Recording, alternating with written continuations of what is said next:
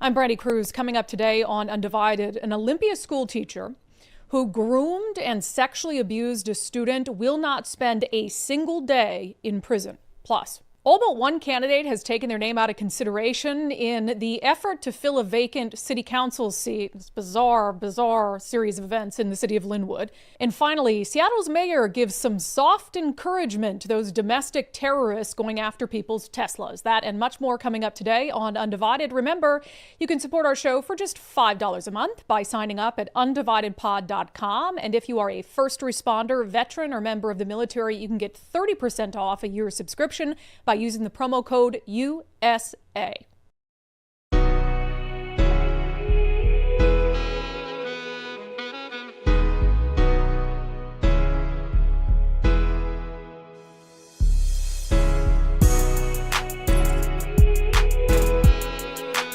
Hello, and welcome to Undivided. Thank you for being here. Thank you so much for your commitment to giving common sense a comeback.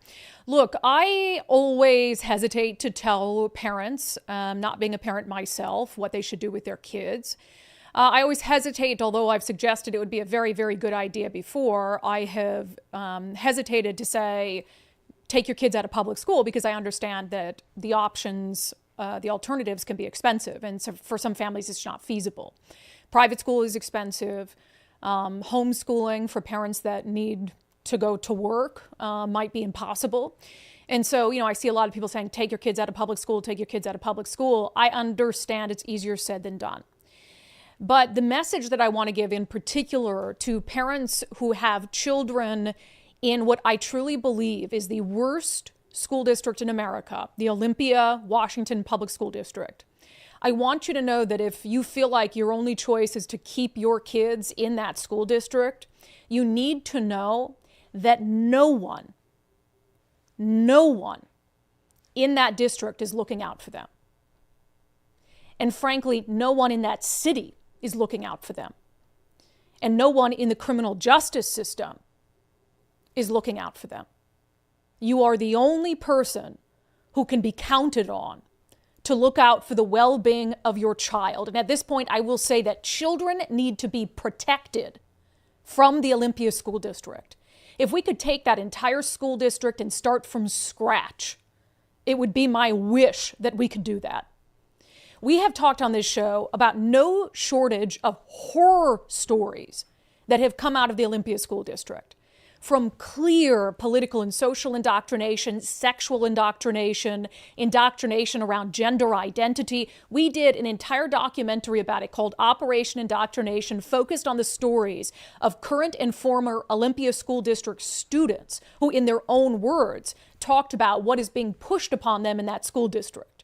And every time we point out these clear instances, like the elementary school teacher who essentially encouraged the transition of a young child whose family was so horrified by the fact that it was kept from them that they left the country and moved back to India. Imagine how horrified you have to be coming to the United States with your family for a better life, and then you realize that your child is being manipulated to be a gender other than the one that they were born. And so you take that child and move them back to India. That's the kind of stuff that happens in the Olympia School District. And then, of course, there's the stuff that's criminal. Now, I believe that some of those things we've covered on the show should be criminal. I believe it should be criminal to keep secrets from parents about what's happening with their kids. Unfortunately, that's not the reality that we're living in. But there are some things that, at least for the time being, society still agrees are criminal acts. Like sexually abusing students. Like teachers and staff members who prey on kids, who groom them, who rape them, who molest them. At least for now. And you know what? I'm not even going to rule out the possibility that at some point they'll find excuses for that too. And the Democrats in Olympia will say, let's lower the punishment for teachers who molest kids. Because that just seems like the direction we're going. But for now, it's still against the law. But that doesn't mean in Olympia and Thurston County that there's going to be a price to pay for doing that. Because apparently it is just fine as a teacher in the Olympia School District to groom a child throughout middle school and then to sexually abuse them in high school. Apparently that is just fine. The school will cover up for you when it comes out. Even the court system won't hold you accountable for it. People who are supposed to look out for victims and for the vulnerable, like prosecutors, they'll reach sweet plea deals with teachers who molest kids. Case in point, you'll see this headline out today from the Olympian. Former Olympia teacher accused of molesting student avoids prison time by accepting a plea deal. It says Jonathan J. Moore, 35 years old, pleaded guilty to third-degree assault in Thurston County Superior Court. Prosecutors had previously charged him with third-degree child molestation, second-degree sexual misconduct with a minor, and communication with a minor for immoral purposes. Those charges stemmed from accusations from a former student who's now 19. The student told police Moore groomed him while he attended Jefferson Middle School and molested him while he attended Capitol High School. There is, of course, a lot more to this story, and we're going to rely on the reporting of someone who actually cares about digging into the details of the horror that's happening in the Olympia School District. That is, of course, our friend Alicia Perkins with OSD Rescue. She runs a Substack. She and her husband both went through the Olympia School District. They've sent 4 kids through the Olympia School District, and she has made it her singular mission to expose what's happening inside that school district. I want you to wrap your mind around this story as we go through the details. Again, from Alicia Perkins and OSD Rescue. You've got this now former teacher, Jonathan Moore. He's 35 years old now.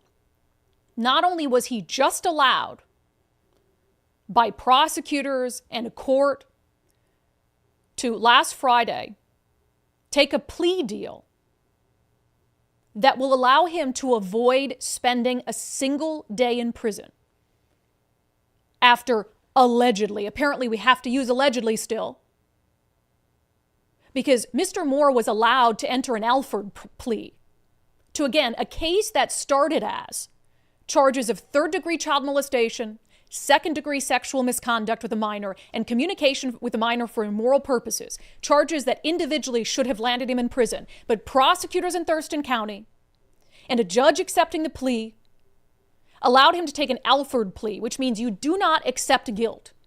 You do not acknowledge or confess to doing the crime, but you're admitting that they would have enough evidence to convict me at trial if this goes to trial.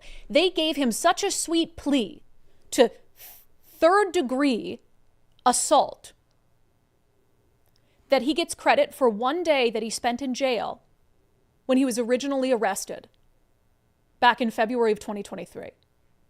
That is the only time someone who groomed and molested a student as a teacher, the only time they have to spend behind bars, the one day in jail when they were arrested for this. And as you're going to learn, the OSD headline is this, OSD Rescue. Olympia School District settles with sexual abuse victim for $3.2 million. Teacher avoids prison with plea deal for child sex crimes spanning years. Yes, you read that correctly. You heard that correctly. The only people who are paying a penalty for the crimes of this teacher are you, the taxpayers, footing the bill for a $3.2 million settlement from the school district to this victim. And I'm not saying the victim's not deserving of that. I think the victim is very deserving of that. But the person who actually perpetrated the crime is out scot-free. Didn't even have to admit guilt.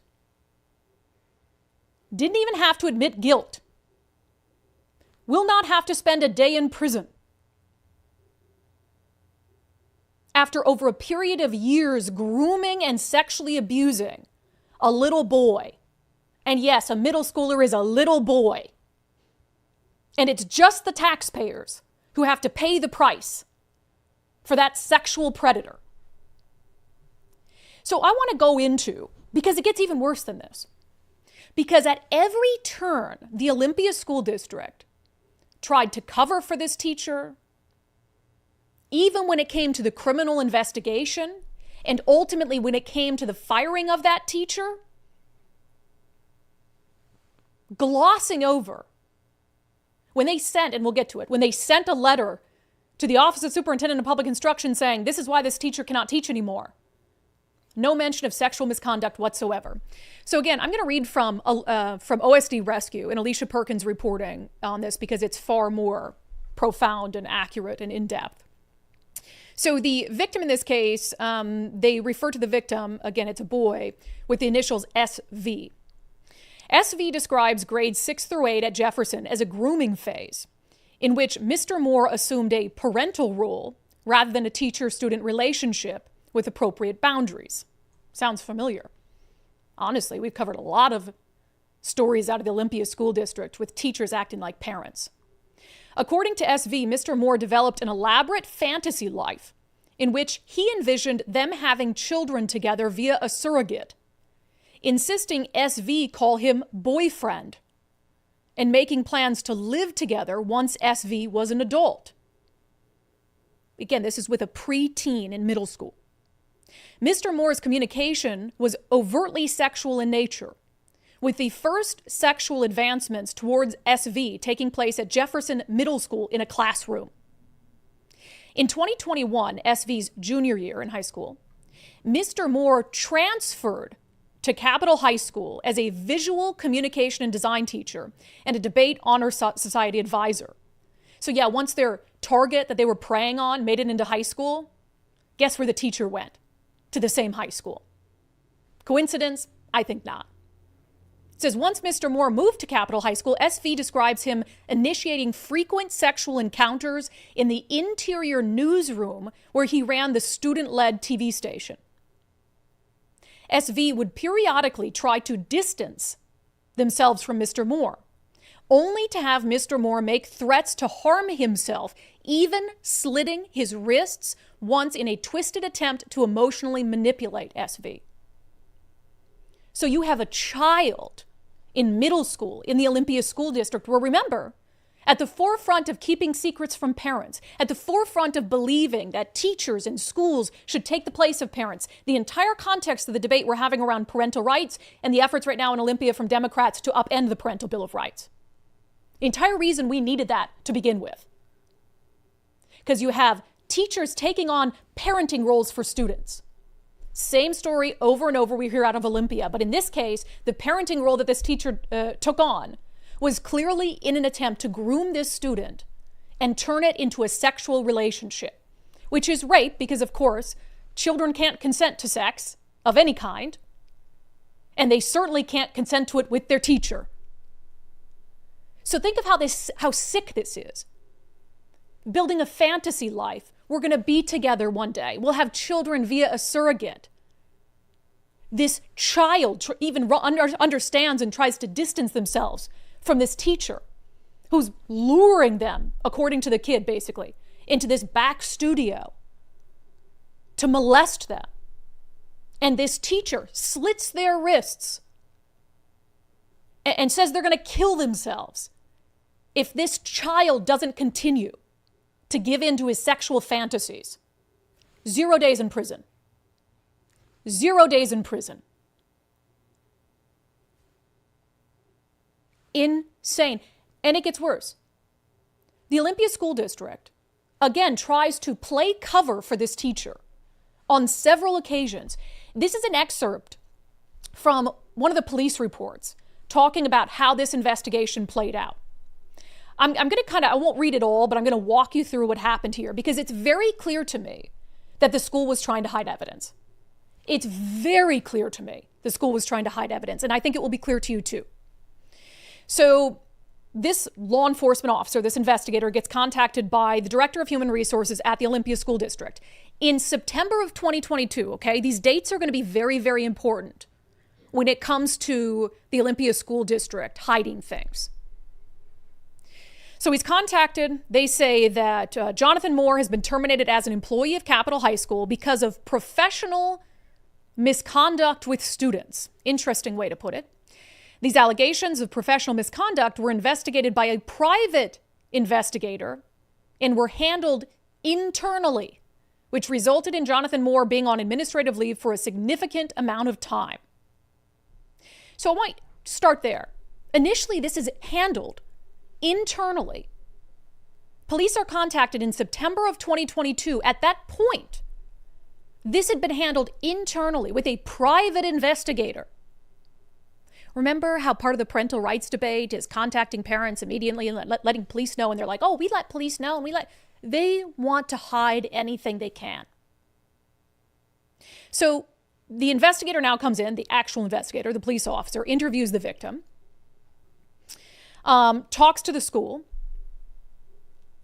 and the school, as you know, because they had a private investigator come in, had already had all of these internal investigative records, right? Well, the investigator, the police officer, asked for them. And what was he told? I was informed that the school would not be providing these internal investigative records based on advice from legal counsel. So they had to obtain them via a search warrant, a public school district. The police come in to investigate accusations of sexual misconduct, and the school district stonewalls. They already have all these investigative records for what their person found. But on the advice of legal counsel, which you're paying for, by the way, on the advice of legal counsel, even though there's an accusation that a teacher raped, sexually abused a child, they're saying, come back with a search warrant. So investigators have to do that. Let's keep going. I was informed that after Jonathan Moore's termination, staff at the Olympia School District cleaned out the classroom that he'd been using.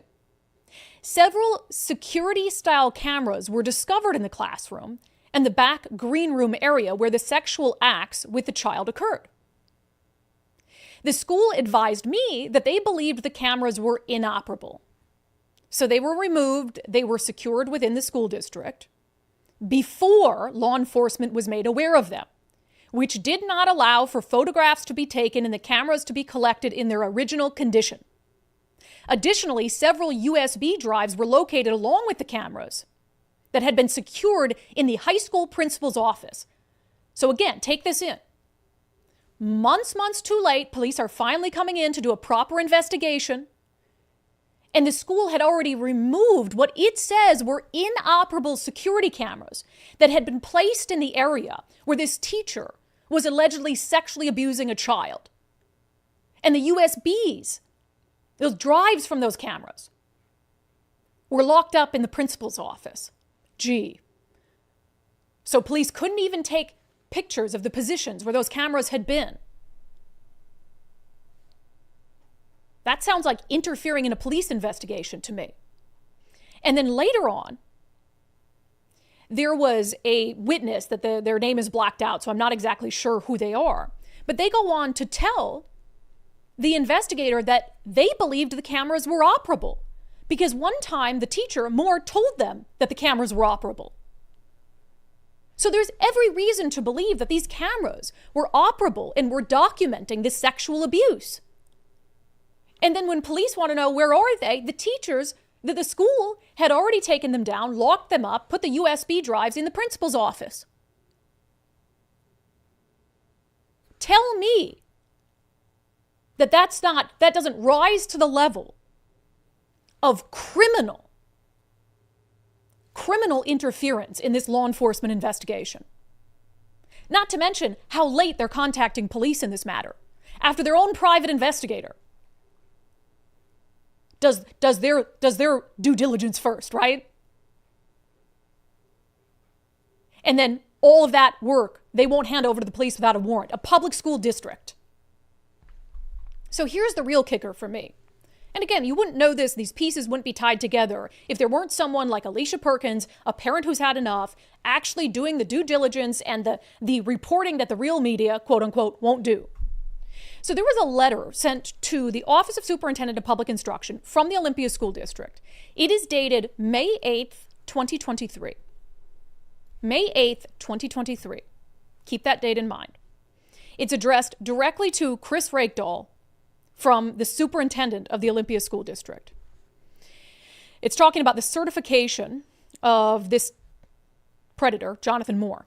Dear Superintendent Reichdahl, pursuant to state law, I report that Jonathan Moore, a teacher with the Olympia School District, engaged in acts that constitute unprofessional conduct. This includes inappropriate interactions with students occurring from approximately April to June 2022, including engaging in uncivil and bullying behavior, violating professional boundaries, failing to provide a safe, respectful, and inclusive school environment, and other violations of district policies. Nowhere in here does it just clearly say sexual abuse of a student. Maybe you say, well, maybe they didn't know. The investigation was still going on. No, it wasn't. You know how we know that? Because Jonathan Moore was arrested in February of 2023. They had enough evidence to arrest him for sex crimes, the crimes he would later be charged with. In February of 2023, February, March, April, May, that letter is sent to the superintendent of public instruction saying that this teacher engaged in unprofessional conduct, uncivil and bullying behavior. No, that teacher molested a child. That teacher molested a child. But at every juncture, the Olympia School District sought to water it down. Because that's what they do. Every single person who knew about this case, who tried to hide evidence in this case from the police, who failed to notify the police in a timely manner, should lose their jobs.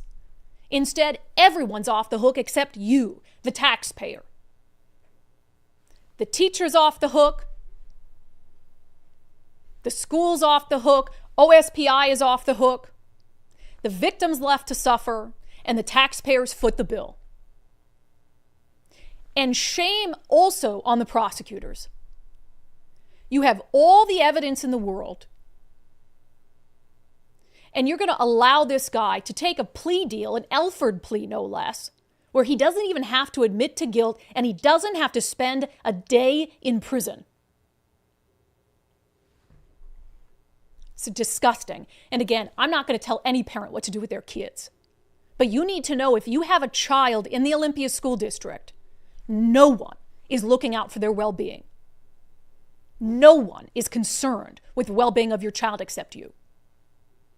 And this is just another story in a long, long list of stories about the Olympia School District that show exactly why we need the Parental Bill of Rights to stay intact, and exactly why we cannot continue to hand more power and influence over our kids over to government employees who do stuff like this. Disgusting. Good work by Alicia Perkins of OSD Rescue. All right. I put this as a second story today just because it's also about absolute ridiculousness. So we have been talking about this ongoing ordeal to try to fill a vacant Lynnwood City Council seat. And then they ultimately pick whoever checks the most boxes, right? And they put in a transgender OnlyFans quote-unquote model who also, it turned out, had some really disturbing posts on Reddit. So the story originally came from the Lynnwood Times about Jessica Roberts. They choose Jessica Roberts unanimously to fill this vacant position. And then all this stuff comes out on Reddit, like a cannibalism fetish and all this other disgusting stuff, like sexually violent comments about women and wanting to, like, impregnate women and then pass them around to other trans femmes, just the most bizarre stuff.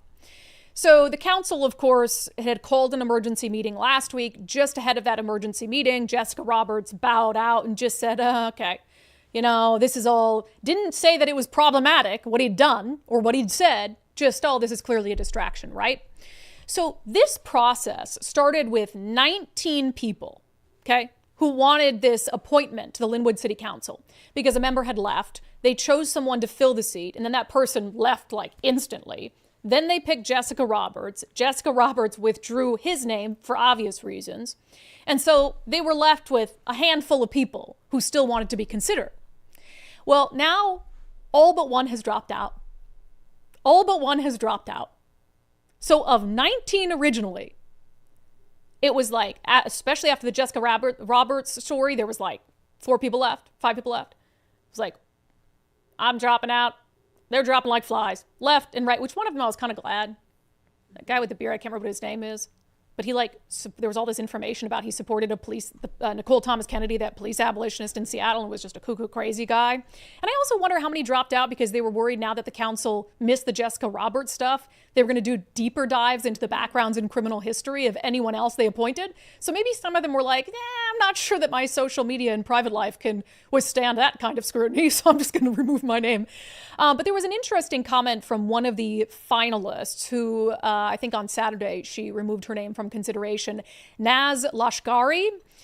She said in a statement, I've dedicated my time and expertise to serving this city, believing that experience, commitment, and qualifications would be the foundation of the selection process. Unfortunately, it has become clear that other factors took priority in this process. Good for her. I agree with that. Why would you want to be part of that clown show? Why would you, if you're a qualified, sane person, want to be part of that clown show when we know Jessica Roberts was only selected because he's trans? That's it. It was like, oh, check a box. Let's check a box. Who checks the most boxes? Let's put them in that job. And so Naz is like, I'm not playing that game. Good for you. Good for you. So there's a last candidate standing. And on the face, it sounds like it's actually maybe the most sane person left. A guy by the name of Robert Lutweiler.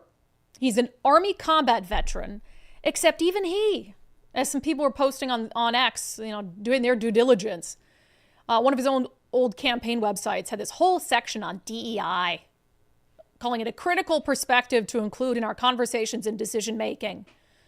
And it's just not. And then it gets into hate speech and marginalized group and LGBTQIA plus, blah, blah, blah, blah, blah, demagogues, all the buzzwords. So look, I appreciate your service as an Army combat veteran. Like, I salute you, sir. But it sounds like your ideology is more along the lines with some of the other individuals who have come before you in the Lynnwood City Council. So I'm not sure that's the best thing either. So all but one starts with 19. All but one is left. The others don't want anything to do with that crazy, apparently. So the Lynnwood City Council is having an emergency meeting again tonight to figure out what to do. Do you just take the last person on the list? You probably should. That would be my advice to the Lynnwood City Council. You probably, if there's anyone who still wants that job, you should probably just give it to them at this point.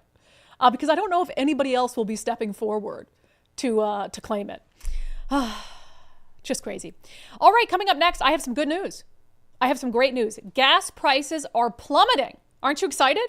This is great news for us here in Washington. Gas prices are plummeting. We'll talk about it next. First, I've told you guys over and over about my success on the Eastside Weight Loss Clinic program, eastsideweightlossclinic.com, eastsideweightlossclinic.com. I lost 40 pounds on the program, 30 of those pounds in the first 2 months. And I think that's one of the great things. It's, first of all, there's no tricks, no crash fads, no shakes or drugs or injections. They teach you what to eat in the right portions. They give you a 60-day plan. Yes, you have to stick to it. Is it easy? No. But if you stick to it, you see the weight come off so quickly. It really was a motivator for me to keep going. And then they help you make some simple lifestyle changes so you can live your life without feeling like you're on a permanent diet and you continue to maintain the weight that you lost while you were on the program. So eastsideweightlossclinic.com. Start by scheduling a free 15-minute consultation with Dr. Ryan Coogan and his team. eastsideweightlossclinic.com, eastsideweightlossclinic.com. All right, gas prices going down. I'm so excited. They've been so high for so long. It's like, what a blessing, right? This is from Newsweek. Gas prices are plummeting under Donald Trump. That's great news. So I love that headline. If you just take the Newsweek headline on its face, gas prices plummeting under Donald Trump. It talks about how the average price for a gallon of gas is below $3 in 34 states.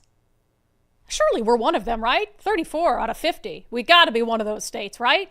Let's read deeper into the Newsweek article, shall we?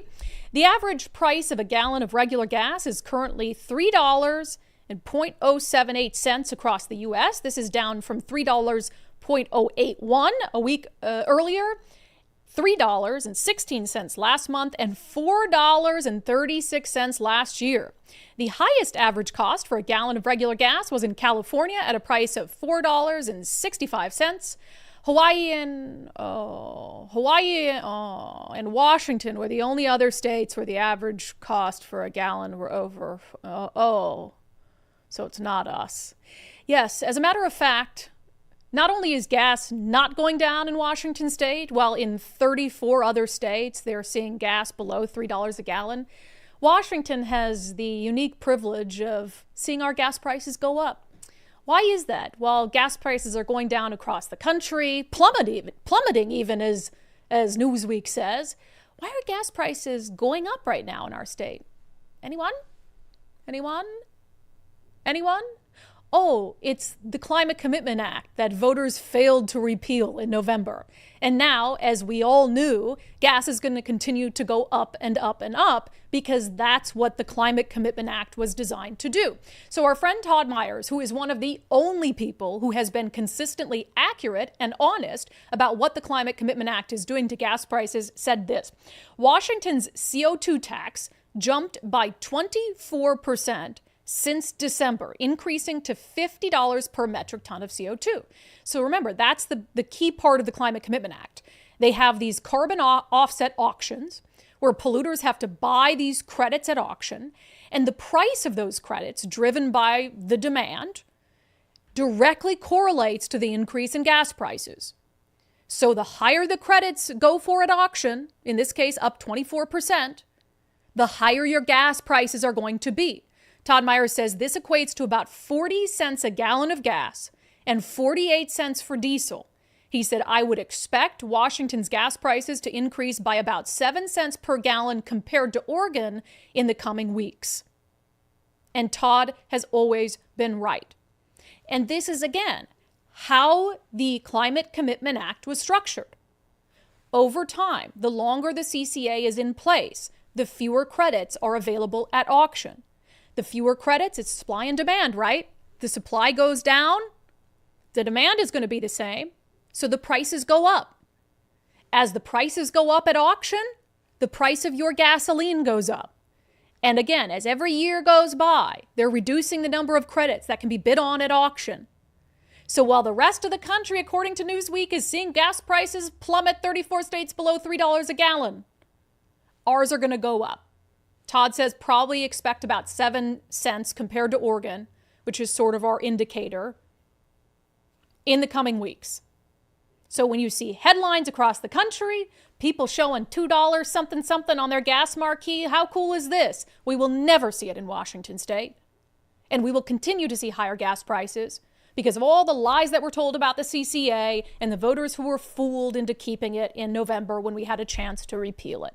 And I don't know, maybe there's a point where gas is so high comparatively, where we're consistently outpacing California and Hawaii and Oregon, where people wake up and say, okay, give us another chance at it. Give us another bite at the apple. Let's try to repeal the CCA again because now finally we see through it. But I don't know.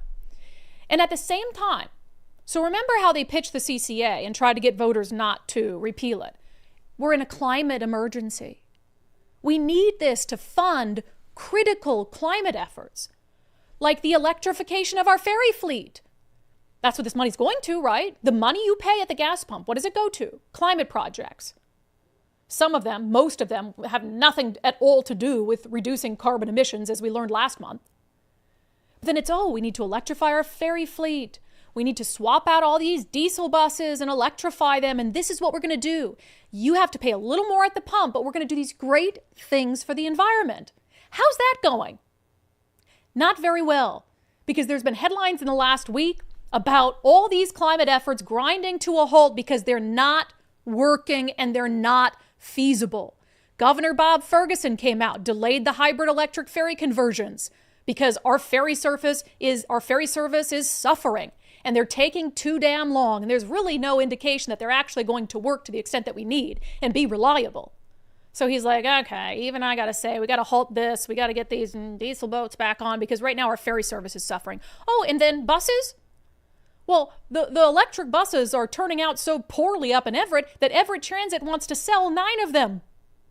They were built by a now bankrupt company, and they've had reliability issues for years. So they want to get rid of these 9 electric buses and go back to old diesel buses, see if they can get some of those, old reliable. Yeah, so what are we paying into the CCA for again? Because more than half of what they're doing has no direct tangible impact on CO2 emissions. Even the things that do It's so negligible that it's like within the margin of error for even the most accurate thermometer on the planet when it comes to global warming. That's the difference it would make. And then the things you do with that money, you have to undo because they're not working. And you're just stuck. I mean, it's hundreds of millions of dollars going into the state's coffers at a time when they can't budget, they're in a deficit, they're spending it on absolute, utter nonsense, and you have to, at the gas pump, pay out the you-know-what to fund their, not even climate fantasies, to fund their retirements, and to fund their lavish lifestyles, and to fund their seven-figure incomes for the people who voted to pass the CCA and then went and are now profiting off the CCA. That's what you're paying for at the gas pump. Please remember that. You're not paying that additional cost to improve the climate. You're paying that additional cost to make Democrats and their allies richer while you get poorer. And as an added insult to injury, they can't even tell you the truth about it in the process. All right, coming up next in our segment, Unbelievable, the Tesla vandalism and acts of domestic terrorism continue, and Seattle's mayor has some harsh words to say about it. He doesn't really have harsh words to say about it. We'll talk about that coming up next. First, don't forget, coming up tomorrow, no, what day is it today? Is it Wednesday? Holy smokes. Coming up tomorrow, our friend Zach Abraham at Bulwark Capital is going to be having his first 100 days live webinar where he's going to talk about the first 100 days of the Trump administration, you know, what's going on with the markets, etc. I asked Zach to explain what's going to happen on the webinar tomorrow. We try to keep it 45 minutes, and it's just really a primer on who we are, what makes us different, how we're active managers, how that's different than the vast majority of your assets get managed, and then walking through. You know, we kind of had a rough start to the year on Wall Street. We're actually having a really nice year, solidly up on the year, and explaining to people why, how. It's not magic, it's not craziness, but just explaining to them what's going on in the world and how we're at an extraordinarily historic place that we've never been in terms of the world, the U.S. making up a bigger percentage of world market, stock market value than any nation ever has, and how offsides it is, and how people need to be diversified. And I think that there's a lot of pain that can be avoided, but more importantly, just great opportunities. We're just going to walk through. And so even if people didn't become investors with us per se, I think it could still teach them a lot if they were doing it on their own. So if nothing else, maybe they'll leave more informed, more educated. Yeah, and maybe more at ease about, you know, the lows in the stock market and what's happening with Trump's economic policy. You can ask questions. Totally free to sign up. KnowYourRiskRadio.com. KnowYourRiskRadio.com. And again, the webinar is happening tomorrow at 3:30 p.m. Pacific time. So still plenty of time to sign up. All right, so the Tesla vandalisms are happening, and of course there's a lot of Teslas in Seattle, and there's a lot of vandals in Seattle. There's a lot of domestic terrorists in Seattle who have never had a hard time finding things that they'd want to light on fire, and right now it just happens to be Teslas. Well, Seattle Mayor Bruce Harrell has some strong words for those who would vandalize your electric vehicle. Let's talk about it in our segment, Unbelievable.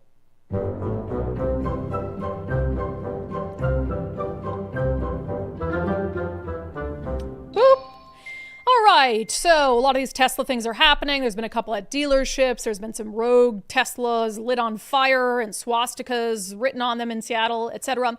So Mayor Bruce Harrell was on Como News, and he had a message for those would-be vandals. What do you make of these attacks here locally? Well, there's absolutely no room for property destruction. That is illegal. Seattle Mayor Bruce Harrell says his office has spoken with the police department about it all. We do understand there's anger out there. There's anger in the Northwest here when we see some of the decisions and the statements coming out of D.C. We see billionaires having access to information and control. There's anger out there, but that does not justify property destruction.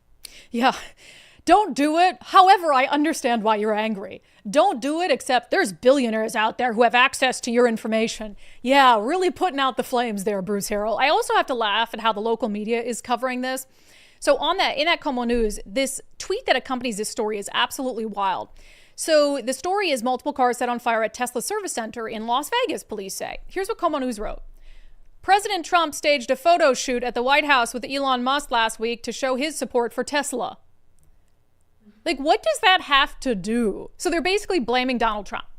Like, Donald Trump had a photo op at the White House with Elon Musk and Tesla. So, yeah, I understand why people would want to light Teslas on fire. media has lost its mind. But Bruce Harrell, yeah, no room for property destruction. Wink, wink, wink, nudge, nudge. But gosh, what's happening at the federal level is so bad. And billionaires like Elon Musk just have unfettered access to your information, but definitely don't light Teslas on fire. There's no place for that at all. I asked you guys in our daily subscriber show poll, given everything that's going on, so whether it's the Tesla stocks, whether it's the attacks on Tesla, whether it's Elon Musk and Doge and what he's doing, are you more likely or less likely to want to own a Tesla than you were 1 year ago? More likely, less likely, or unchanged? Because I'm sure for some people, like, they'll just never consider an electric vehicle, and so their opinion on it hasn't changed. Nicole, would you be, given everything, Elon, the hate of Tesla, hate of Donald Trump, more likely or less likely than when you were a year ago to want a Tesla? So I would say I kind of wanted one to begin with. I mean, I love the idea of not having to pay as much for gas, right? Especially in this state. So I kind of wanted one anyway, and I still kind of want one, although I would not drive it into Seattle.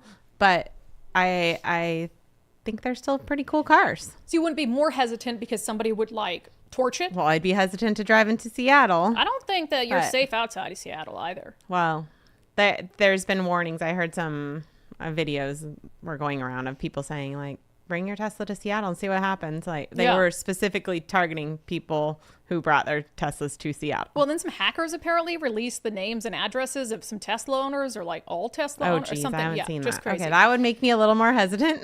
So let's see. Most people saying their opinion of it is unchanged, although 18% say they are more likely to want to buy a Tesla now than a year ago. Kayla says unchanged. Never planned to purchase one and still don't. Seems like a poor investment on or return. Alice says, I have no plan to buy an EV. I think they are not that green due to the lithium mining and the waste that expended batteries will create. Let's see. David, I love driving a Tesla, and I have done it for years. Not because of politics, but I love driving them. Love, quote, filling up at home, never stopping at a gas station, late at night, etc. Amelia says, more likely, but only to support Elon. I had a hybrid early on and liked it. The state has several EVs, including at least 2 Teslas based in Olympia. Personally, I have no desire to add more to my electric bill. Yeah, how much is that for somebody who has a Tesla? Yeah, I'm not sure. What does it add to your electric bill every month? My neighbor owns an EV, not a Tesla, but an EV. I'll have to ask him what their electricity has gone up to. Yeah. But I actually like the Mustang ones. I would choose the Mustang if I was going to choose an EV. Cadillac has a cool one. It just looks cool. It's like an SUV. It kind of looks like space age. Yep. But I just don't know that fits my lifestyle. Yeah, I don't think they're ready yet. I did have a hybrid one time for a short period of time, and then the hybrid battery was going to go out, and I quickly traded that sucker in before it did, because it costs more to replace the battery before than it does the car. And so I've been waiting until they kind of improved on their resale values and improved on the technology, I guess. But a couple people saying I can't afford an electric vehicle. David says, if I could, I would get one strictly for local driving. Bill says, I don't mind if people drive Teslas, and very much in awe at what Musk has accomplished, but I have never even considered an electric car, including Tesla. I mean, I wonder though, so like I said, I'm curious what people's bill is every month for if they have a full electric, plugging it in. But then also the CCA, as much as it impacts gas prices, it also increases energy prices. Yes. So as gas prices go up, your energy prices are also going up. So I would anticipate even if you have a Tesla that you're plugging in, and you might think, well, gas is going to skyrocket past $5 a gallon again this summer. So you're still going to have increased costs at home to plug that bad boy in. And there are increased fees when you get your tabs, and it's already more expensive, but of course it probably doesn't even come close to how much you spend in gas. But I do wonder if we're going to see the same phenomenon with car insurance with Teslas that we saw with Kias and Hyundais when they were being targeted for theft. Yeah. So if they're blatantly being targeted, we should ask Firstmark that. We should ask Dave Taylor that. So if we're seeing, because we asked them about Kias and Hyundais, and they were like, impossible. They were telling people, if you have insurance, don't change it. Basically, if people came to Firstmark, don't change it, because we might not be able to get you someone else. And I wonder if the same thing with Teslas. Yeah, because I don't understand why that would be different. Right. No, although it's early on, so I'm thinking that maybe they thought that this was just going to be a couple week little protesting and go away, but it seems very I don't know, until we start making some arrests here. I've seen arrests in other states and other cities, but I haven't seen a lot of enforcement here in our area. So until we start seeing some enforcement and people see real consequences from this, I mean, I know they're being threatened for up to 20 years, but like, let's see it. We need the feds to get involved for sure. All right, I was going to read one more that I saw. Unchanged, no Tesla, no way. I'll only have cars from the 60s and early 70s. No tracking, no computer. I can fix it myself, and they're built out of American steel. So I'll live if there's an accident. As long as it has seatbelts. Cars from that period, they didn't have a lot of the creature comforts that we enjoy today, like airbags and seatbelts and things like that. So, all right, very interesting. And I have to say, too, about Elon, it just makes the unhingedness even worse. The whole just freaking miracle of, like, being able to just shoot up into space, fetch 2 people, and land them softly in an ocean around dolphins. I'm like, how can you hate this guy? I know. I pray that all the people that hate him, if an asteroid does hit Earth in 2032, he has their names on a list and they are not invited to go to Mars. That's all I can hope. Does that mean? Don't care. All right, we'll get to national news, including apparently Jay Inslee.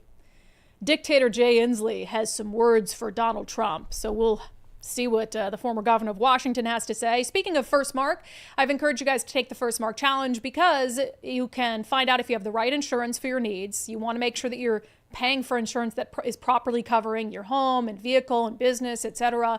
And then they can make sure that you have it at the best price, and they do it completely for free. So there is nothing to lose. You just have to give them a little bit of your time, talk to them about your current insurance, go over your insurance needs or any upcoming changes that you have. That's when we moved over to First Mark. Obviously, they become an advertiser on our show. And so before that, I wanted to take the First Mark Challenge to see what it was all about. But we were also undergoing some changes as a family where it just made sense. We were just getting married. And so we did that, and we got way better insurance for the same price we've been paying previously. And now First Mark also covers Undivided as a business. So it was just a great experience. And we hear from Undivided viewers and listeners all the time who made that call, took the First Mark Challenge, and now they are literally richer for it. They're paying thousands of dollars less per year in insurance premiums. So firstmarkinsurance.com, firstmarkinsurance.com. The very best part is they work for you. All right, so we want to talk about Trump v. the judges, because it really is insane to see the kinds of things that these even district court level judges are trying to block President Trump from doing. And look, I believe in the rule of law.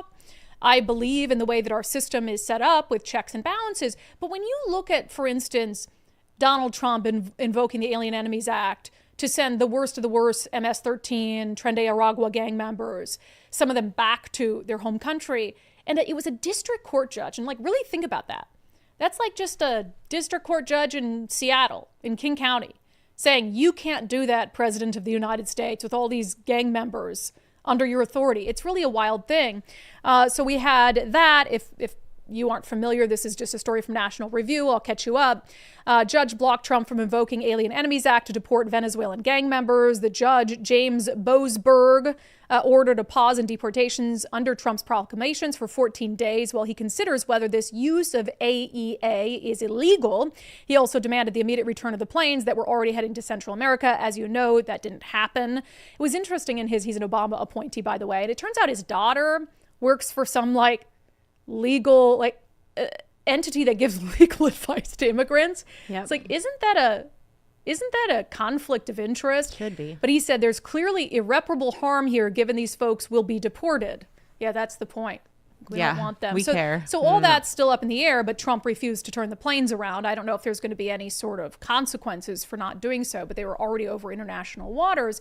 So Trump has been and Elon Musk and others in the administration have spoken very harshly about some of these judges. I'll read a little bit from Truth Social.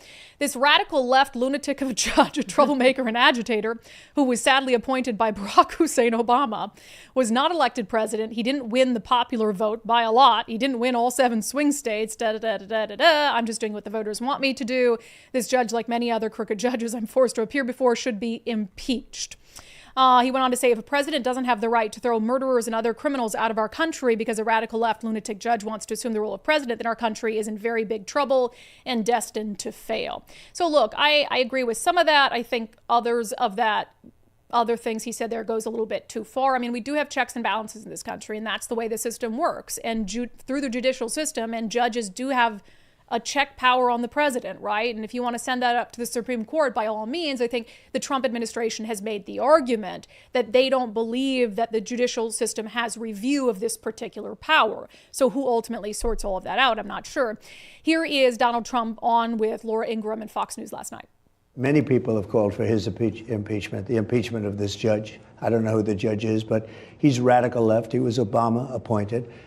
And he actually said we shouldn't be able to take criminals, killers, murderers, horrible, the worst people, gang members, gang leaders, that we shouldn't be allowed to take them out of our country. Well, that's a presidential job. That's not for a local judge to be making that determination.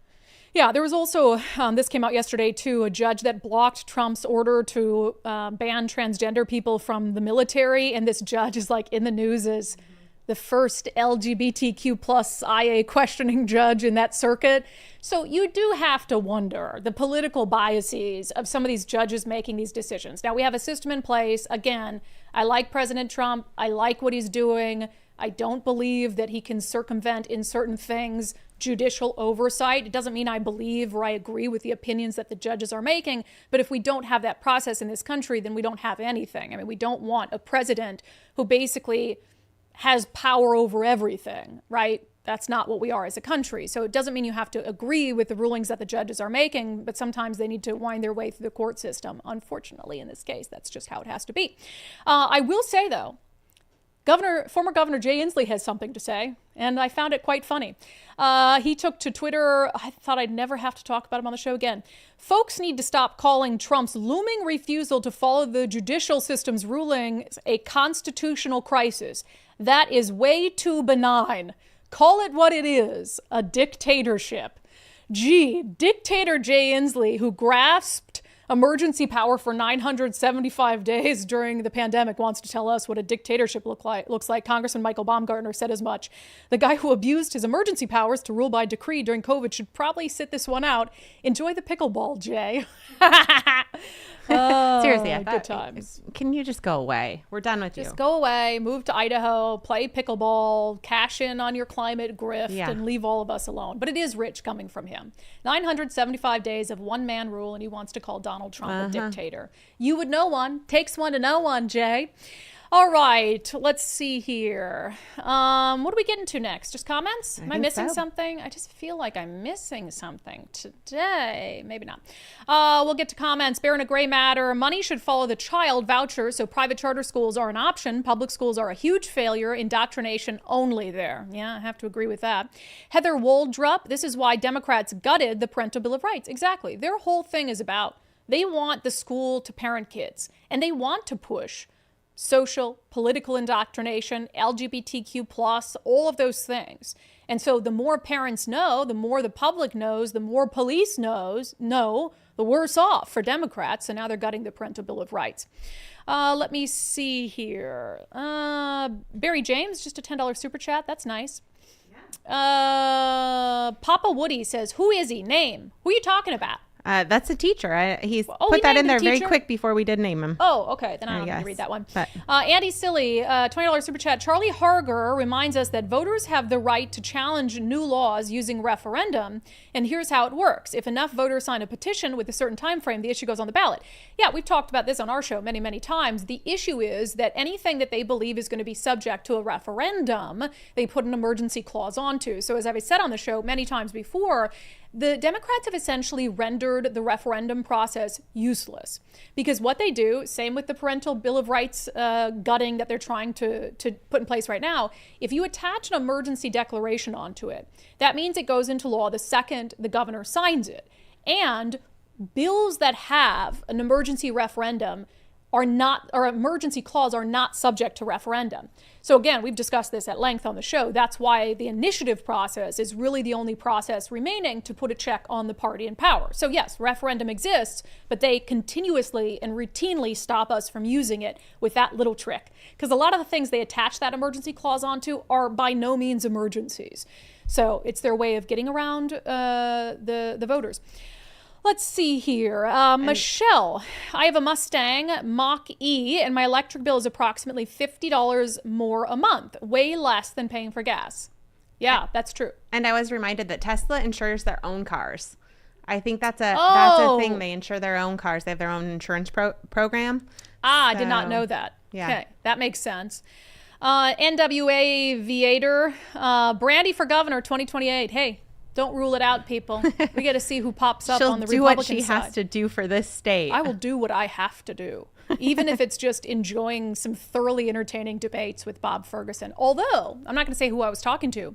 It really seems like the far left Democrats are gearing up to try to primary Bob Ferguson. I think they will. I think there will be a far left Democrat who tries to primary Bob Ferguson unless, like I think he will, he suddenly isn't a moderate anymore next year because the political winds shift or whatever it is. But I would not rule out the possibility that if he's not playing nice with them on all these crazy things they want, like if he were to veto rent control, which has a hearing at 1:30 today, if he tries to veto rent control, that they won't, try to get him out of office. All right, let's see here. Briar Patch, another activist judge. BJ Bumblebee, the U.S. Supreme Court could take action over the federal district court judges, but I have no faith in it anymore. Yeah, I know a lot of it's just absolutely frustrating. Let's see. Got any more comments for me, Nicole? Yeah, Hold on. I've been a little busy, but... Oh, sorry. Look at the pressure. Yeah, right? Pressure. Yeah. Y says, let's get one thing straight. The public schools do not want to parent our children. They just want to indoctrinate them without parental interference. They want to parent them in a really, really bad way. Sandy W. Let's see. Please do not spread disinformation, even when in a comment or article you are quoting. There have only been 5 presidents who did not get the popular vote. In modern times, that would be George W. Bush and Trump. Obama got 52.9% in 2008. I guess, are you talking to me? Did I spread? I don't think I said anything about that. I don't know if I think that was part of Trump's quote. But. Oh, gotcha. Let's see here. David, federal district court judge and Obama appointee is not likely to rule against the ACLU and democracy forward the plaintiffs for the criminals being deported. Yeah, I agree. So it has to go up to the Supreme Court for sure. More super chats in there. Okay. Steve Gordon, is there any wonder why Dem legislators have been trying to extend the time frame for notifying parents of questionable, and in this case, criminal evil against our kids? We need to keep the parental Bill of Rights. I agree.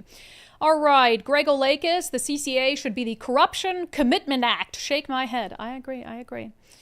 Jerry Oaksmith with a $10 super chat. We need to be careful not to label groups terrorists. It's a slippery slope. I agree. But there's a few groups that haven't been labeled terrorists historically that need to be. Antifa. Antifa is engaged in absolute acts of domestic terrorism on a repeated basis. I think they should be a terror organization.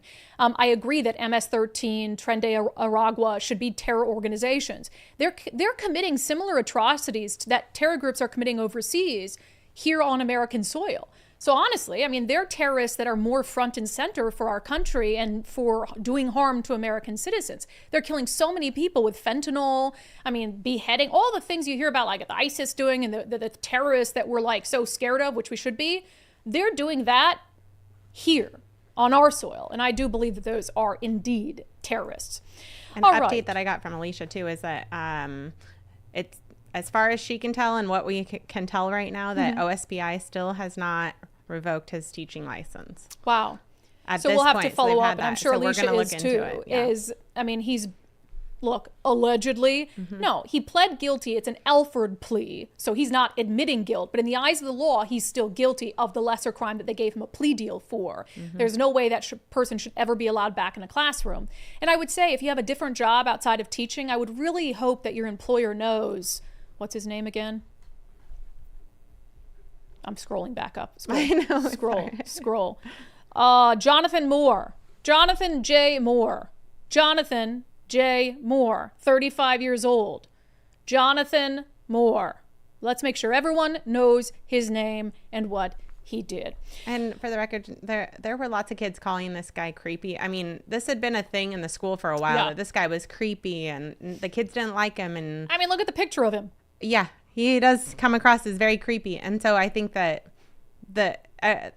just another case for OSD not doing anything about keeping kids safe and feeling safe. And this is just out of control They've got to go down. 100%. And I mean, help Alicia. Every time we talk about it, they get to their school board meeting and they mention me or they mention Alicia and they say they're proud to be the wokest school district in the nation, which is what we call them.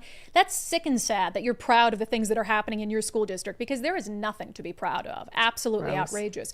All right, good comments per usual. Before we get to our closing sanity check, if you're thinking about selling your home at some point this year, reach out to our friend Wes Jones, sellwithwes.com. So the rest of this month and May, those are going to be great times of the year to list your home. So especially if you're thinking about May, you really got to start getting your act together. You know what I mean? Wes Jones can help you with that. He'll start with a free market analysis so he can tell you how much your home is worth, where he thinks the right listing price is, because there's strategy involved in that. And homes that are properly priced and homes that are properly prepared for the market are the ones that are just going like crazy right now, because there's so much built up buyer demand. I'll tell you what, a house in our neighborhood, we don't know how much it sold for, but we know a real estate agent who said their client offered $1.3 million. We don't live in a big house. We live in just a regular old neighborhood. Their client offered $1.3 million for it, and it was rejected without any counteroffer. So whoever bought this house for more than $1.3 million. Let me tell you, my husband bought our house for $290,000.